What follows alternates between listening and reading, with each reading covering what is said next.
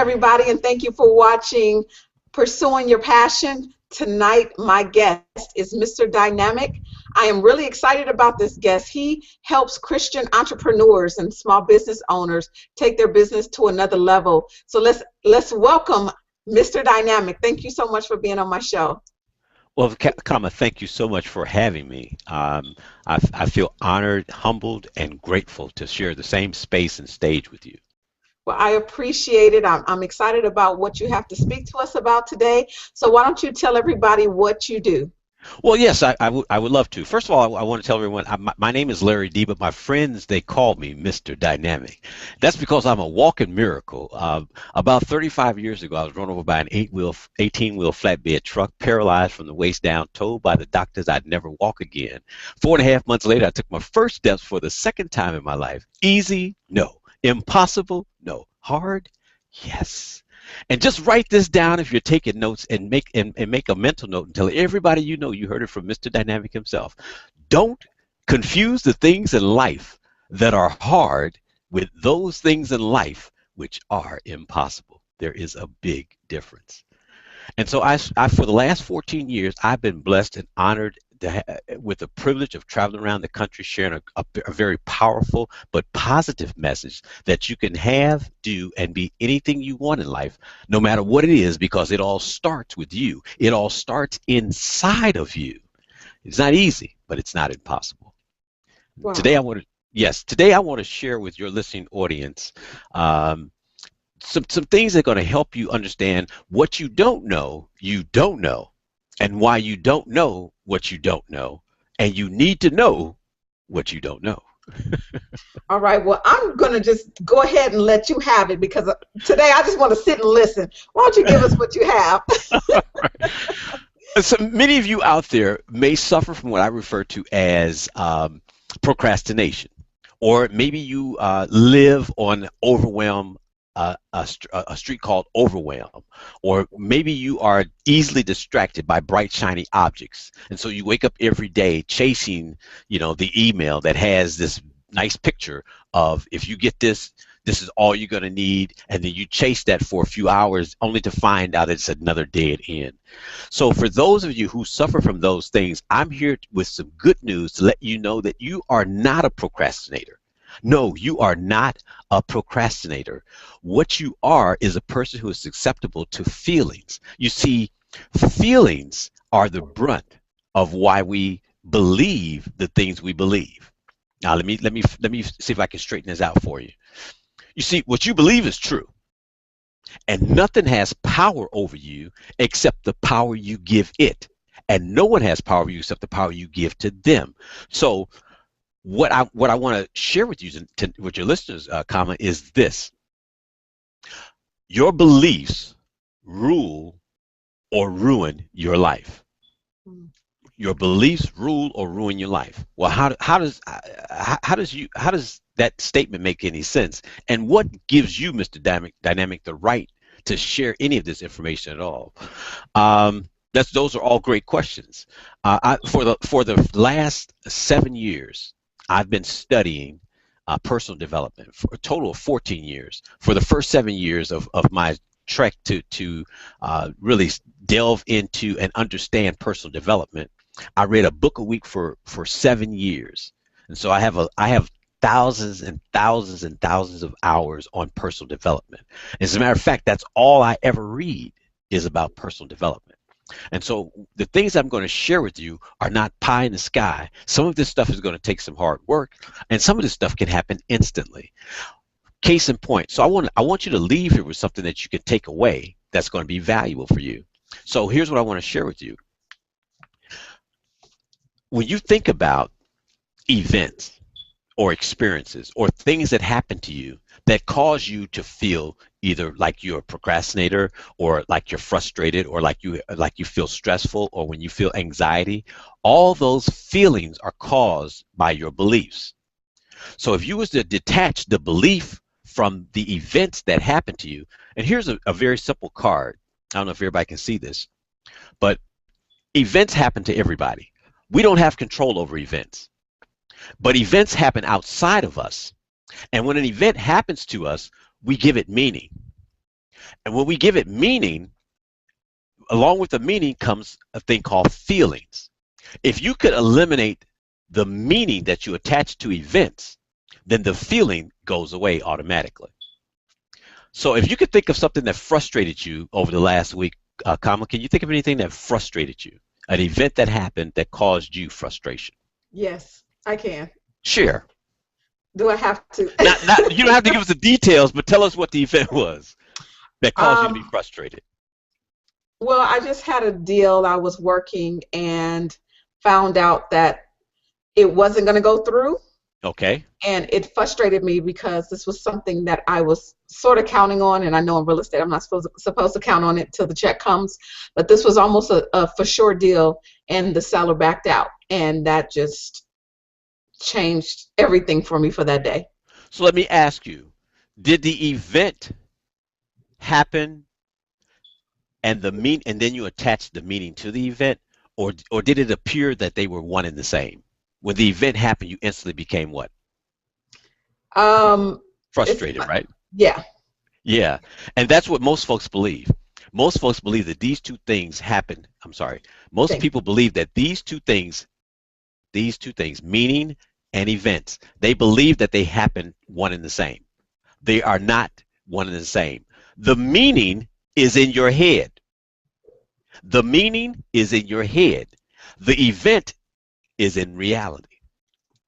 So when events happen to us, we already have meanings associated with all these events because these events keep reoccurring.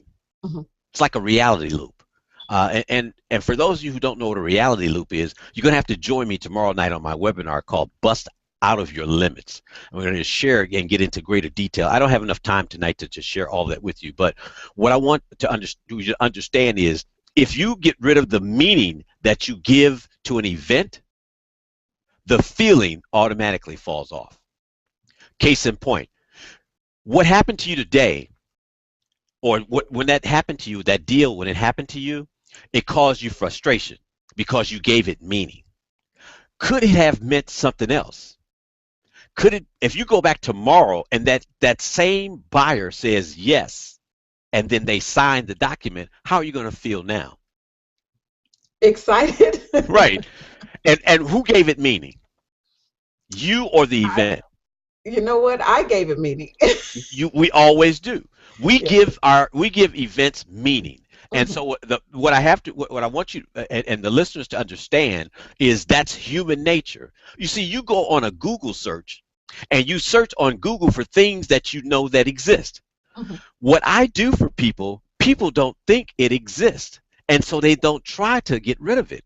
People gonna go on Google searching for the things that I do for people, but they can get rid of the things that I share. And hopefully after today, after you post this video, people will know that what has been in the past perceived as human nature, they know now that they can get rid of the things that they thought they had to live with for the rest of their lives.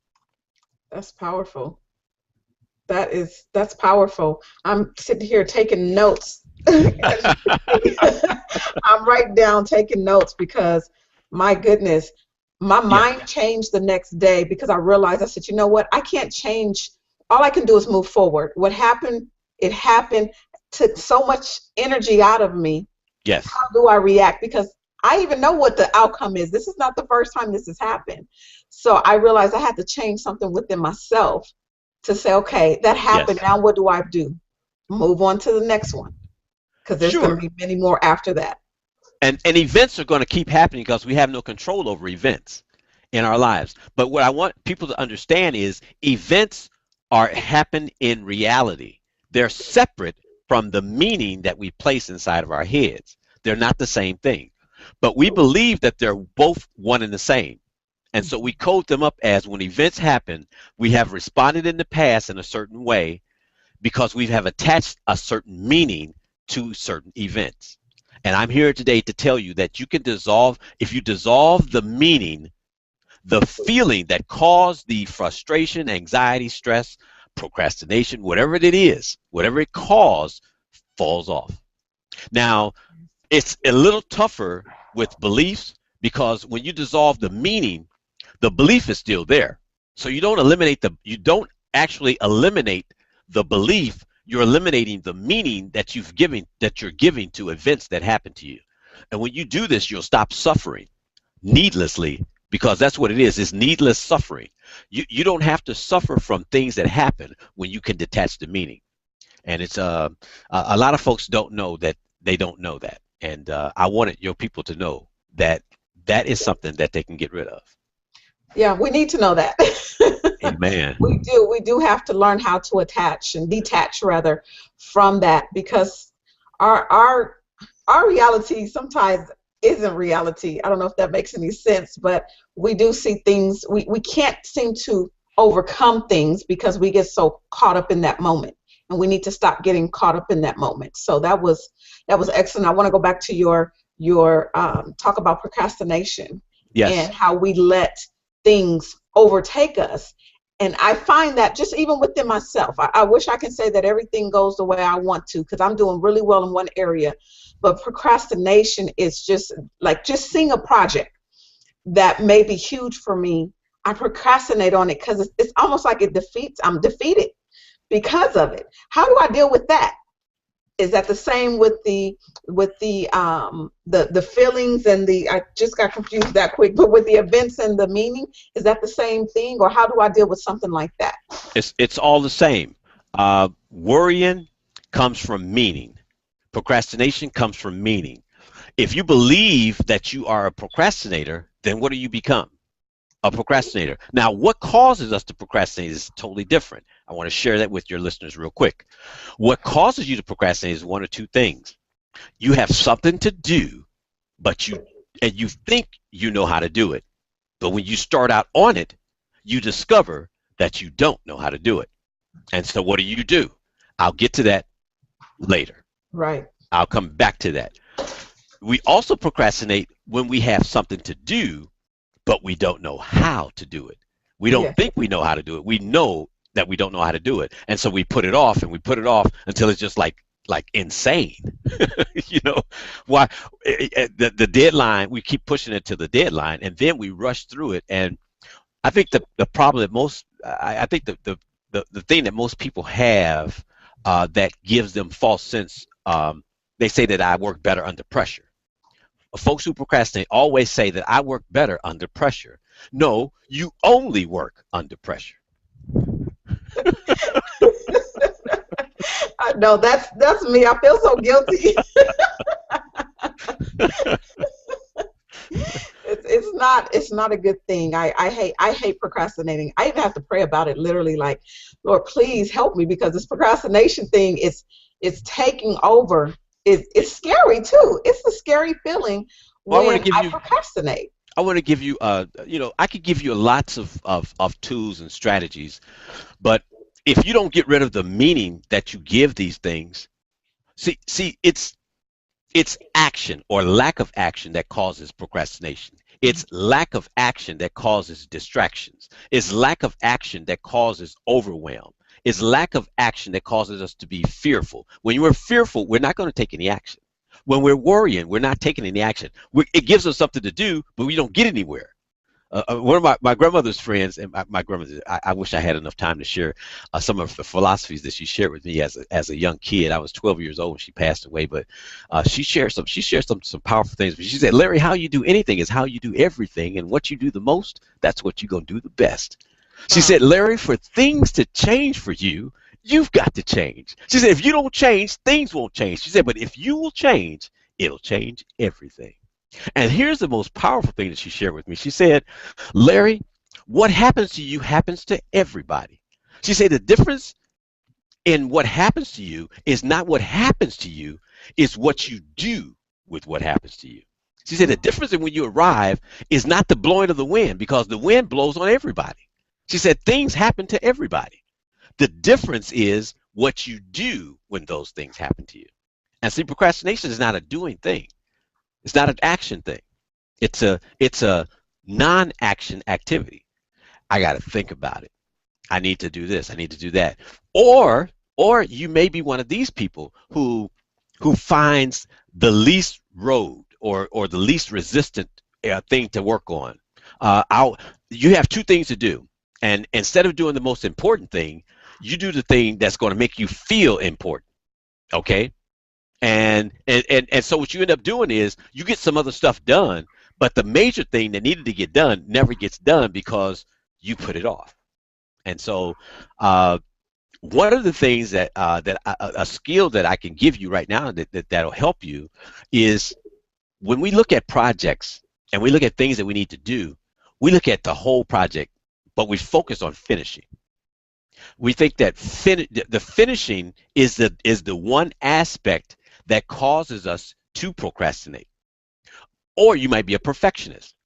Perfectionism will cause you to procrastinate as well because I can't get it done the way I want to do it. I want to get it just right. We never start because it's got to be perfect. I don't jump in with both feet if I can't do it the way I want to do it. So I'm not going to do it at all. The job doesn't get done, but you sound real good. Yeah. and we want to justify it. And that justifies it, that makes it okay. But what happens is you don't get anything done. So here's what I want to give you that will help you to get things done. We automatically focus on finishing. We focus on finishing when we look at projects. When you focus on finishing, you're going to come up with all kinds of reasons why you cannot do a certain job. So here's what I want you to begin to focus on.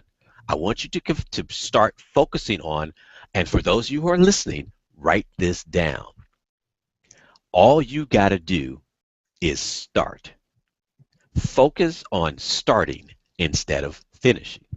And just keep starting where you left off until you what? Finish. That's it. You know, I heard someone say, it was sometime last week, they were talking about how you already know what the end is.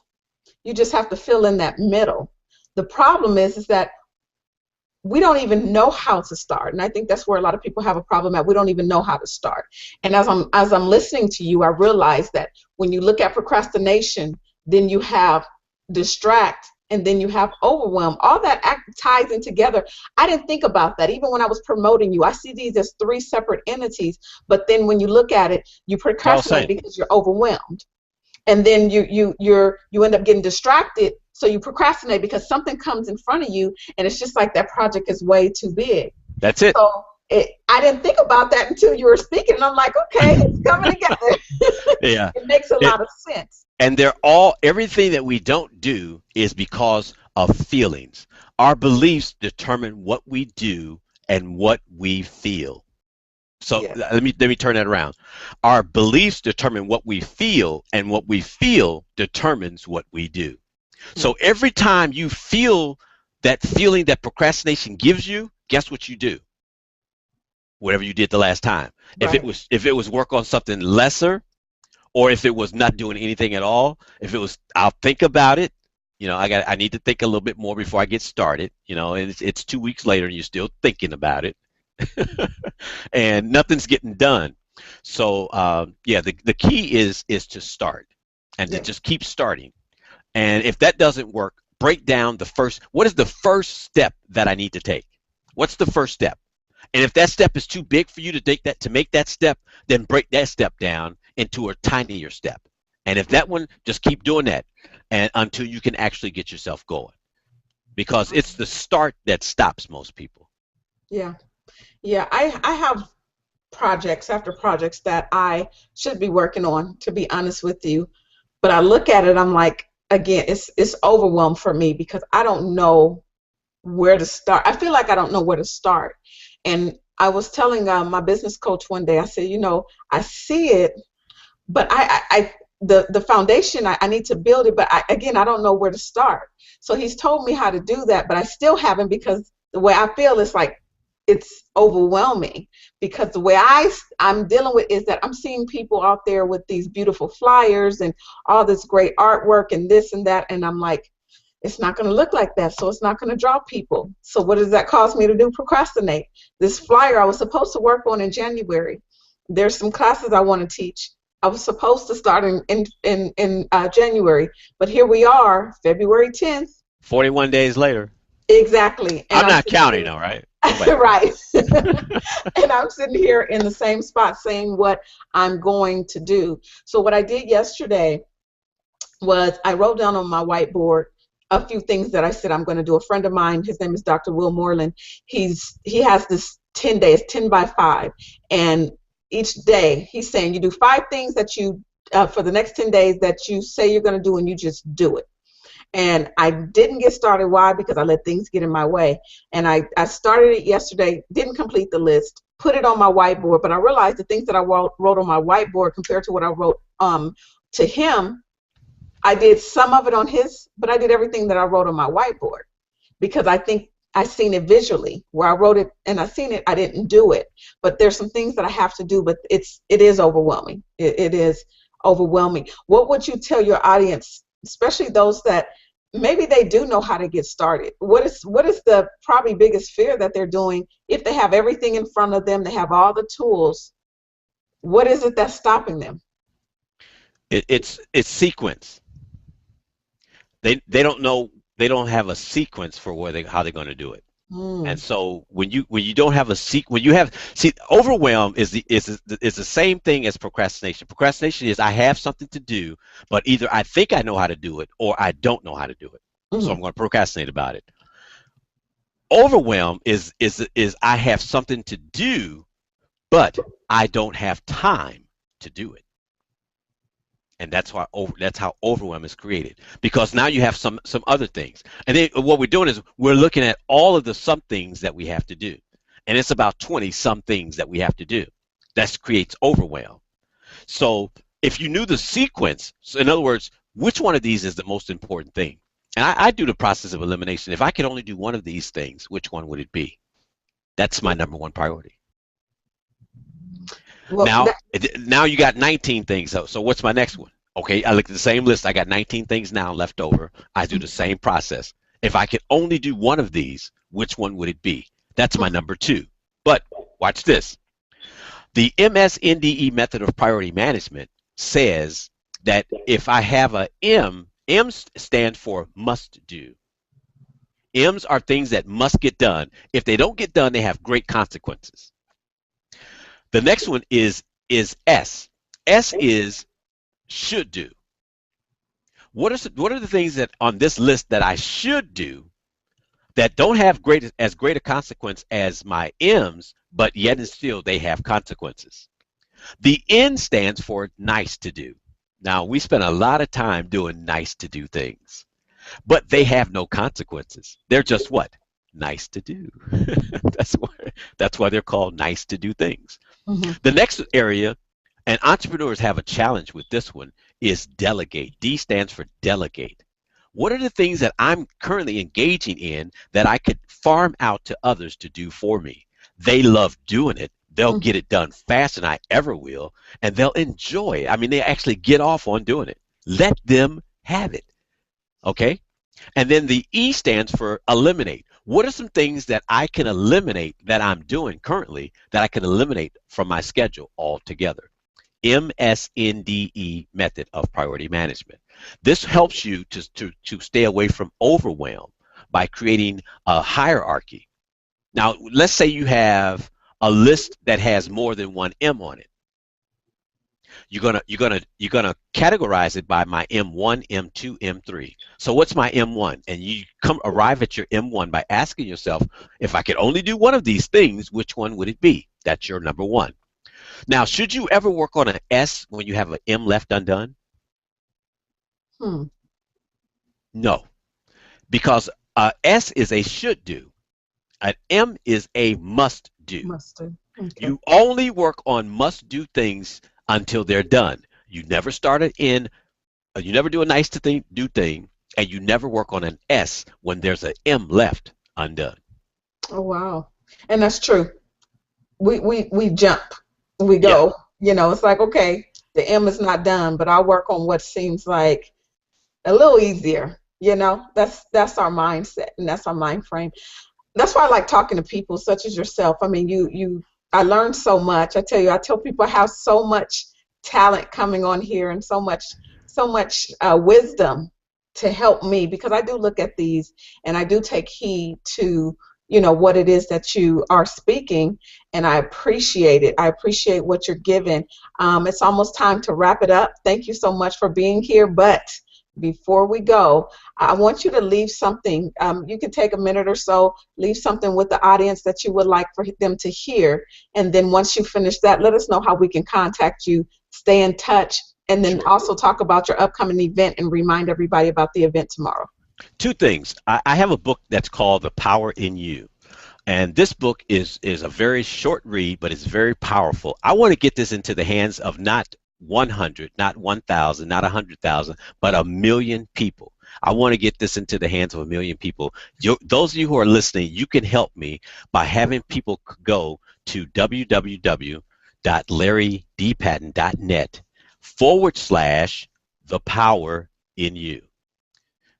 www.larrydpatton.net/the power, and then you have the power in you. Go there. If you can't remember this, just remember LarryDPatton.net and go for a search on my internet website to find the power in you. There's slides that are scrolling on there, so you'll be able to find it. Tomorrow night, I'm hosting a Bust Out of Your Limits. This is a webinar for individuals. We take what we talked about today to the next level, because I'm going to share with you how to get rid of the limiting beliefs. Today, I showed you how to separate the meaning. I shared with you how to separate the meaning from the events that happen to you.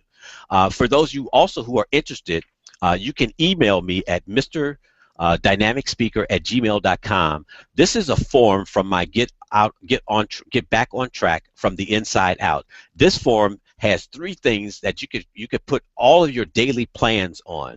It's called the Daily Pick 6. It has nothing to do with the lottery. Okay, I apologize, but I'm sorry. It has nothing to do with the lottery, but it has more to do with being more productive and getting the things that you need to get done.